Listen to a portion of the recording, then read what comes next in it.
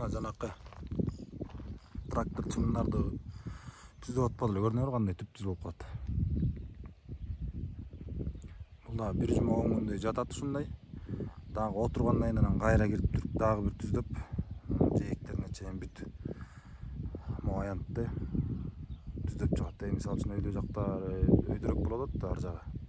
Ошондон бери сүрүп келет түздөп могу аянтты.